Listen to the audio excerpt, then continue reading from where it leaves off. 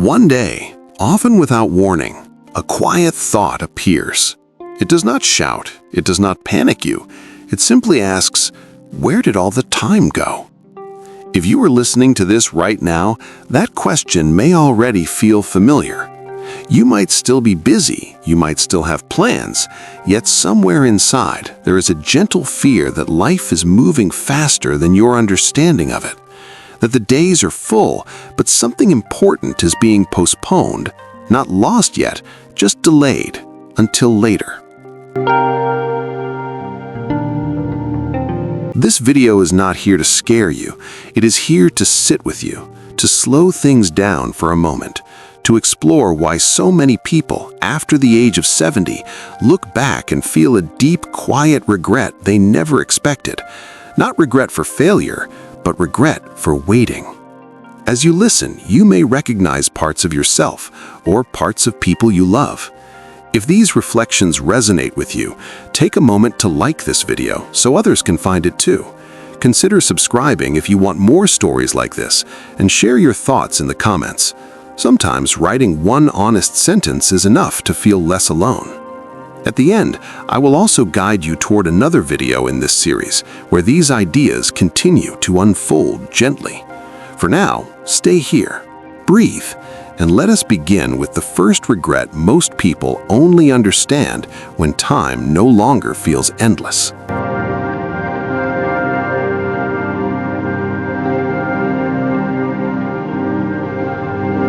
There comes a moment in many lives when time no longer feels generous. It does not announce itself loudly. It does not arrive with panic. It appears quietly, often in ordinary moments, and changes the way everything looks. A person may be sitting alone, or standing by a window, or waking up earlier than usual, and suddenly there is a clear understanding that many years have passed without being fully noticed. This realization is rarely about one single mistake. It is about delay, about all the moments that were pushed aside with the belief that there would be time later. Later to rest, later to speak, later to live more honestly. For a long time, later feels harmless. It sounds responsible. It sounds patient. But as the years move forward, that word begins to carry weight. Most people do not waste their lives on purpose. They are careful. They work. They plan. They try to do what is expected of them. In their early years, there is a strong belief that life is long and flexible, that there will be many chances to adjust, to change direction, to return to what was left behind. The future feels wide and forgiving. Because of this belief, happiness is often postponed. People tell themselves they will slow down after they reach a certain position, or once financial pressure eases, or when others no longer depend on them so much. They accept exhaustion as normal. They accept dissatisfaction as temporary. They learn how to ignore small inner warnings because listening to them feels inconvenient. Careers become one of the most common places where this regret begins. Many people choose stability over meaning, not because they are weak, but because they are afraid. Afraid of losing security, afraid of disappointing others, afraid of making a wrong choice. So they stay, they adjust, they endure. They tell themselves, it is only for now. Years pass in this way. Workdays blend together, achievements come and go, and slowly the idea of change feels heavier, not because it is less desired, but because it now requires more energy than before. What once felt like a simple decision now feels like a risk too large to take. Relationships carry a similar story. People assume that time will protect the bonds they care about. They believe parents will always be there to talk to, that children will always want their attention later, that friends will understand silence. So conversations are delayed, visits are postponed, apologies are saved for another day. In the moment, these delays feel small. Life feels busy. There is always something urgent, something practical, something that cannot wait. But emotional closeness often depends on things that are not urgent. It depends on presence, on attention, on choosing to stop for someone without a clear reason. As people grow older, they begin to notice how much of their life was spent preparing for a future that never arrived in the way they imagined. They prepared to be happy, they prepared to be free, they prepared to finally breathe. But preparation quietly replaced living. This is when the first regret begins to form. Not regret for failure, but regret for absence, for the moments they were physically present but emotionally elsewhere, for the days they rushed through without asking why, for the inner voice they learned to silence because it asked difficult questions. The psychology behind this regret is deeply human. The mind, especially in younger years, is focused on survival and progress. It is trained to look ahead, to solve problems, to reach the next stage. Reflection feels unnecessary when there is still so much time left. But later in life, the direction of the mind changes.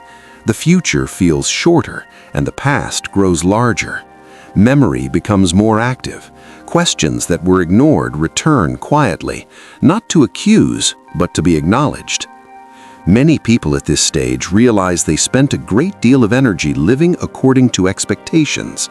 Expectations of family, of society, of roles they were given early and never questioned. They became reliable, useful, strong, but in doing so, they slowly moved away from who they were before they learned to be responsible.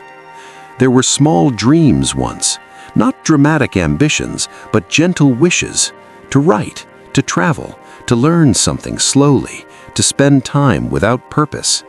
These dreams did not disappear, they waited, and when they were ignored for too long, they turned into a quiet sadness rather than an active desire. As the body ages, it brings limits that were once easy to ignore. Energy fades. Recovery takes longer. Certain paths are no longer available. This is when people understand that time is not only something that passes, but something that closes doors. The regret that follows is not loud. It does not demand attention. It shows itself in pauses, in moments when someone looks at an old photograph and stays silent, in the way a person sighs without knowing why, in the sudden heaviness of ordinary memories. What makes this regret particularly painful is that it often feels unnecessary. People realize they were not stopped by fate or tragedy, but by habit, by fear, by the belief that there would always be another chance to begin. This understanding can be difficult to accept. It challenges the idea that life is fully under control. It reveals how easily years can slip away while one is busy doing what seems sensible. At this stage, people rarely blame themselves harshly. Instead, they feel a quiet confusion. How did it happen so quickly? How did life become so narrow without being noticed? How did something once full of possibility become something remembered rather than lived? And beneath these questions, another feeling begins to form, a subtle sense of distance from others, from the world, from the version of themselves they once knew. It is not yet loneliness, but it is moving in that direction. Because when you begin to see how much was left unsaid and undone, you also begin to feel how alone those realizations are. Not everyone wants to hear them, not everyone understands them, and so they remain mostly unspoken. This is where the first regret quietly ends, and where the next experience begins, a deeper awareness of separation, of emotional distance, of being surrounded by people, yet carrying thoughts that belong only to you. Loneliness in old age rarely looks the way people expect. It is not always about being physically alone. Many people reach later years surrounded by family, living in busy homes, hearing familiar voices every day. And yet, inside, there is a growing sense of distance that is difficult to explain.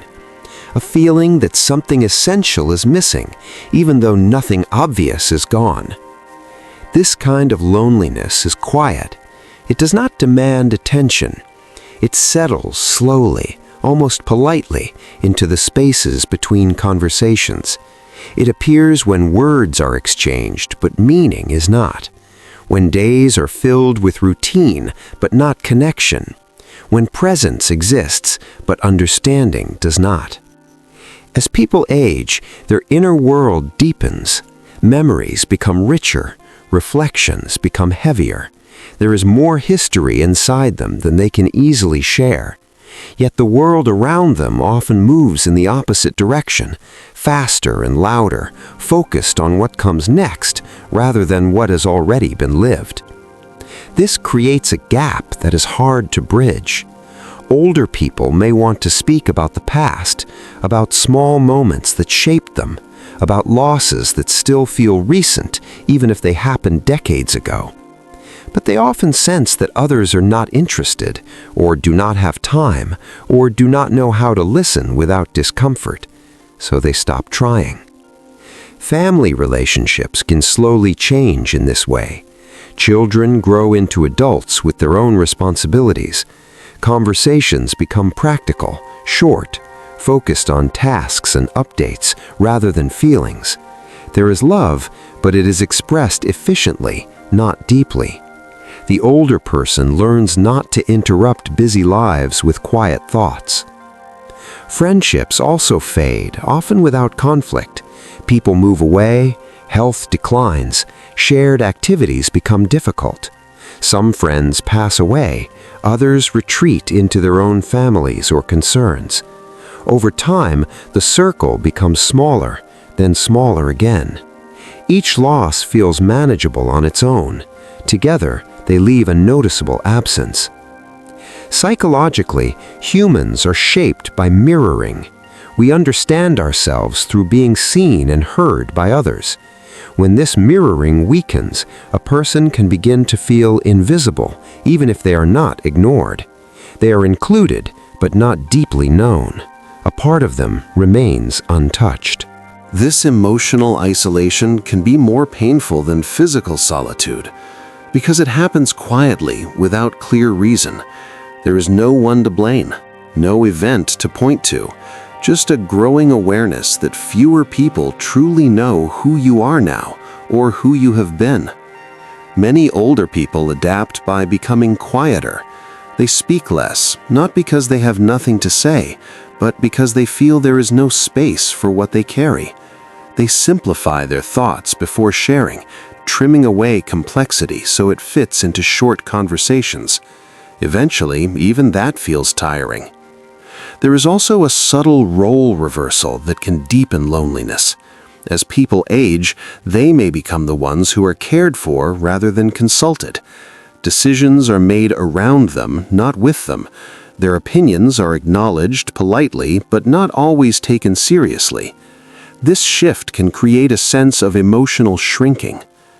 Loneliness is intensified by unspoken words, things that were never said because the moment never felt right, gratitude that went unexpressed, anger that was buried to keep peace, love that was assumed but not spoken aloud. Over time, these unspoken words do not disappear, they accumulate.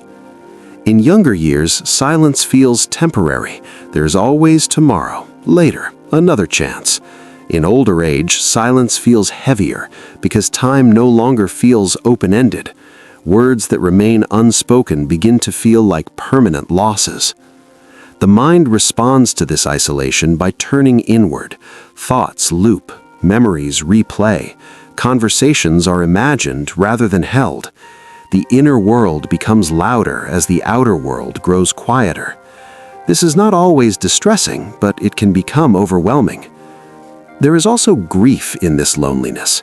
Grief not only for people who are gone, but for versions of relationships that no longer exist, for conversations that once flowed easily, for being someone others came to for energy, advice, or companionship. Importantly, this loneliness is not caused by lack of love.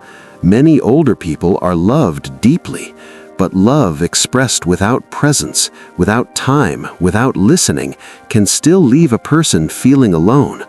Love is felt most strongly when it includes attention. From a psychological perspective, aging brings a heightened awareness of meaning. People begin to ask not just what they are doing, but why it matters. When these questions have no place to be shared, loneliness deepens, because meaning, like emotion, needs witness. Some people respond by withdrawing further. They reduce their needs. They stop asking for company. They say they are fine. This self-protection prevents disappointment, but it also reinforces isolation. Over time, loneliness becomes familiar, almost comfortable, but still painful. What makes this stage particularly difficult is that it often goes unnoticed by others. The older person may appear calm, stable, even content. There is no crisis, no visible sadness. The loneliness exists beneath the surface, in pauses, in the way time stretches, in the way evenings feel longer. And as people become quieter, memories become more present. The past offers companionship of a kind, familiar voices, familiar places, moments where they felt seen, understood, alive. Compared to the emotional distance of the present, memories feel warm. This is how loneliness slowly shifts into something else, a turning toward the past, not out of escape, but out of need. Because memories listen, memories stay, memories do not rush away. And so, without realizing it, many people begin spending more time with what has already happened than with what is happening now. The past becomes louder, the present grows thinner. This is not a failure, it is a response, a human one. When connection feels fragile, the mind returns to where connection once felt strong. This is where loneliness slowly transforms into nostalgia, where absence creates space for memory, where silence makes room for echoes. And it is there, in that growing closeness to the past, that the next experience begins, a deep relationship with memory itself. As people grow older, memory changes its role. It is no longer just a record of what happened. It becomes a place the mind returns to, again and again, often without invitation. This return is not always painful, but it is rarely neutral. Memories arrive with feeling, with weight, with a quiet power that is difficult to resist. Nostalgia is often misunderstood. It is not simply longing for the past, and it is not just sadness. Psychologically, nostalgia appears most strongly when the present feels emotionally thin. When life slows down, the mind fills the silence with what it knows best. The past becomes familiar territory, a place where identity feels clearer. In later years, people remember moments that once seemed small. A childhood afternoon, a familiar street, a voice calling their name. These memories are not chosen for their importance, but for their emotional clarity. They come from a time when life felt more immediate, when feelings were less complicated, when the future had not yet demanded so much. Childhood often returns first, not because it was perfect, but because it was simple. The mind remembers sounds before words, the echo of footsteps, the hum of a fan, the way light fell across a room in the late afternoon. These sensory details stay alive long after dates and facts fade. They create a sense of being held by time rather than chased by it. Old friendships also reappear in memory. Friends whose lives drifted away naturally, without conflict. People who knew a version of you that no longer exists. With them, there was less explanation required, less performance. Being together felt effortless. Remembering them now brings both warmth and ache. What makes nostalgia painful is not only what was lost, but what was never fully appreciated while it was happening. At the time, people were busy growing, striving, leaving. They did not know which moments would later become sacred. Memory selects what was overlooked. Failures hurt less than missed moments. This is an important truth many people discover too late. Failure implies effort. It suggests engagement with life. Missed moments, however, are empty spaces, conversations never had, evenings rushed through, emotions postponed. These absences leave no clear image, only a sense of something missing. As people age, they often realize that the most meaningful parts of life were not achievements, but experiences of connection, shared laughter, quiet understanding, being seen without explanation. When these experiences belong mostly to the past, memory becomes both comfort and reminder. There is also regret woven into nostalgia, not dramatic regret, but a soft, persistent questioning. Why did I not stay longer? Why did I not listen more carefully? Why was I always preparing for something else? These questions do not seek answers, they simply accompany the memories. Certain places become especially powerful. The mind returns to houses that no longer exist, neighborhoods that have changed, rooms where important conversations happened without being recognized as important. Even ordinary places carry emotional residue. Memory preserves them exactly as they were. Sound plays a unique role in this process. A song heard unexpectedly, the sound of rain, a familiar accent. These triggers bypass logic and go straight to feeling. Suddenly, the past feels closer than the present, more vivid, more alive. Psychologically, nostalgia serves a purpose. It reinforces continuity. It reminds a person that their life has meaning, that it contains a story. In moments of loneliness or uncertainty, memory offers proof that connection once existed and therefore still matters. But nostalgia also highlights contrast, the energy of youth against the slowness of age, the openness of possibility against the narrowing of options. This contrast can deepen regret, not because the past was perfect, but because the present feels constrained. As the mind revisits old moments, it often edits them. Painful details fade, gentle ones remain. This is not dishonesty, it is self-preservation.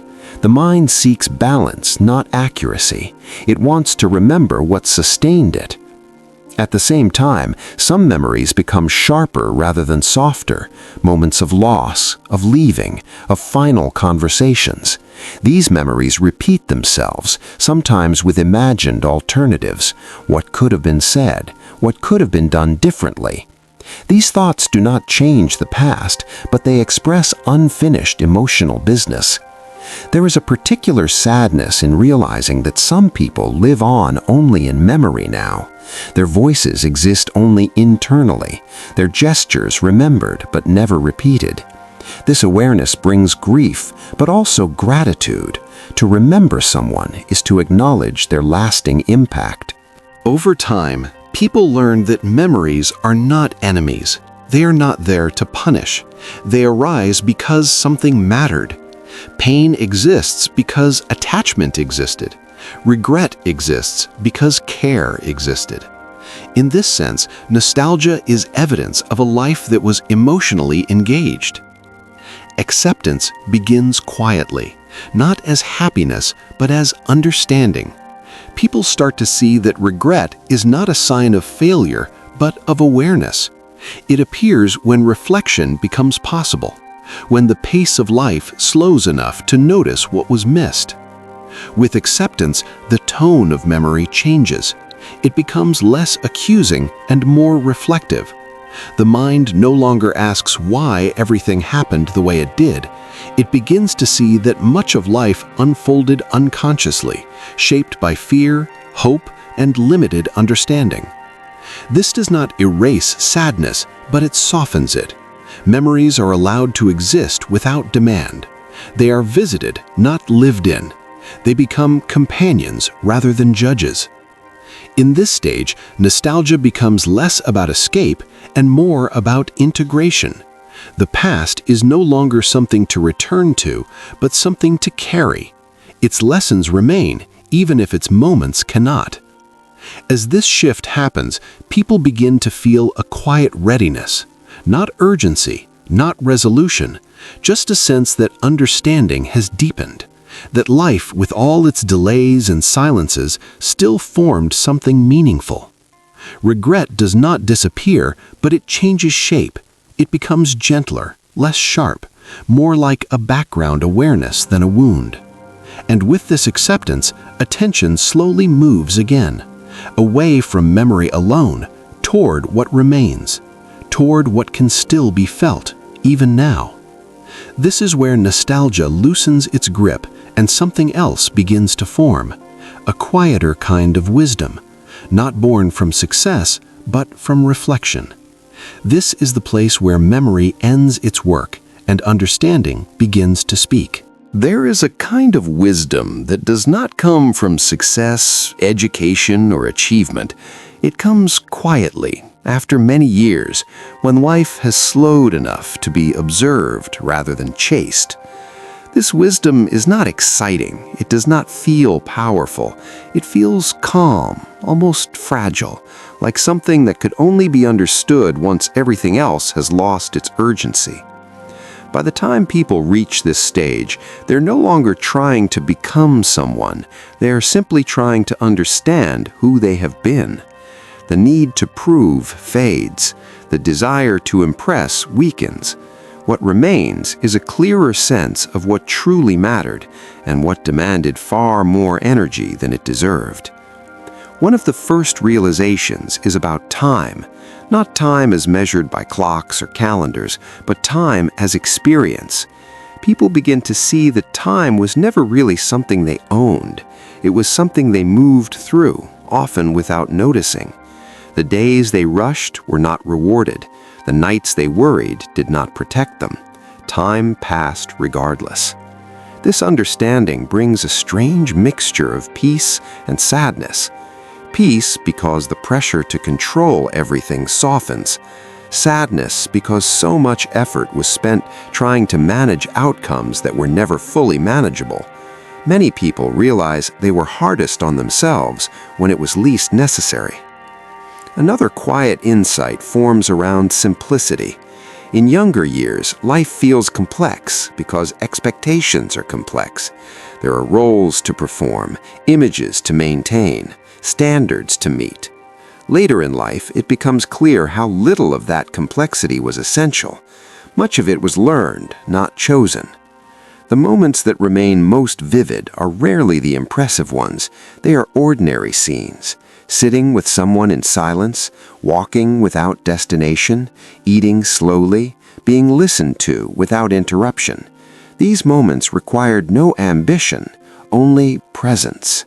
This is when people understand that presence was always more valuable than productivity. Being fully there mattered more than being constantly busy.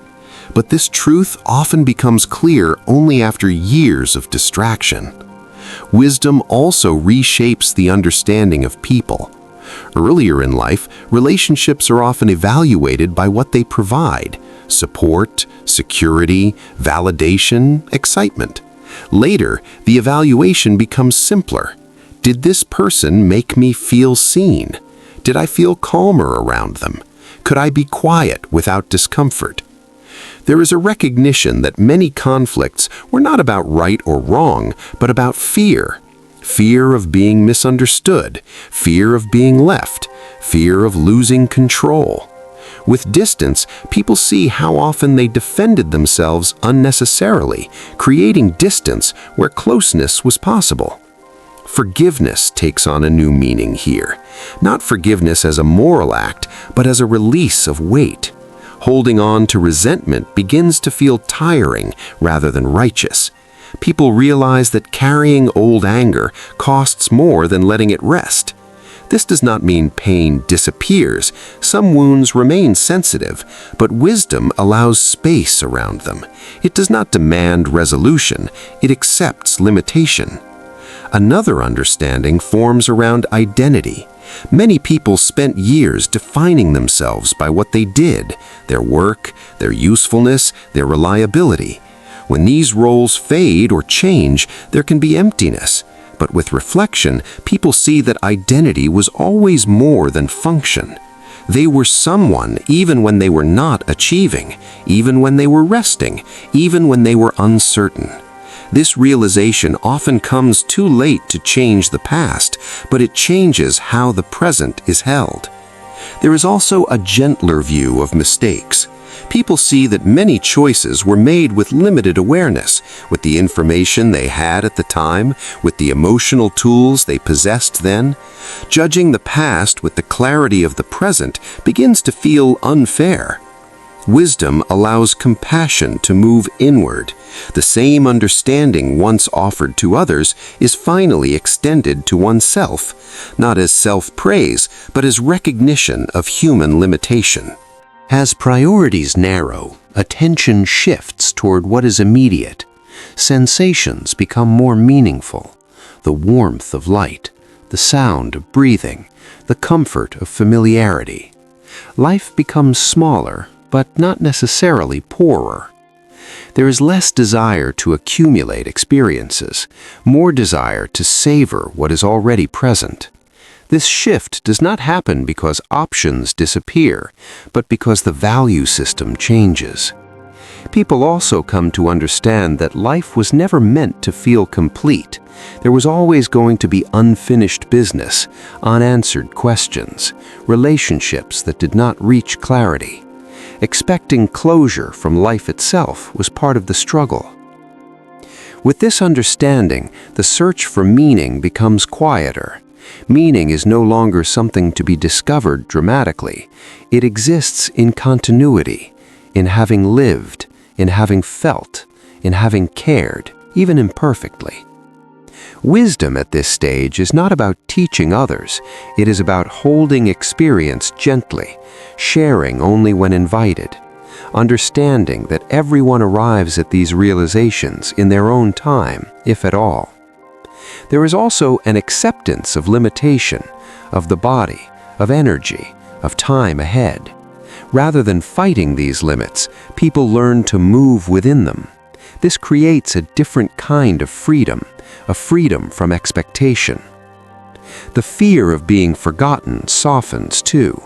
People realize that impact is not measured by remembrance alone. It is measured by influence, by the ways they shaped others quietly, through tone, through presence, through consistency. This wisdom does not erase loneliness completely, but it changes the relationship to it. Loneliness becomes a condition, not an identity, something that comes and goes, rather than something that defines. In these later reflections, there is often gratitude, not dramatic gratitude, but steady appreciation, for having experienced love at all, for having known attachment, even with loss, for having lived long enough to understand. The urgency to fix life disappears. Life is no longer a problem to solve. It is something to accompany. This is the final understanding many people reach, that peace does not come from answers, but from acceptance, from allowing life to be what it was without constant resistance. There is no conclusion to this wisdom, no lesson neatly summarized. It remains open like life itself. And as the days continue, quieter now, this understanding stays close, not as a voice that speaks often, but as a presence that no longer needs to explain itself. In this calm awareness, there is nothing more to chase, only moments to notice, only breaths to feel.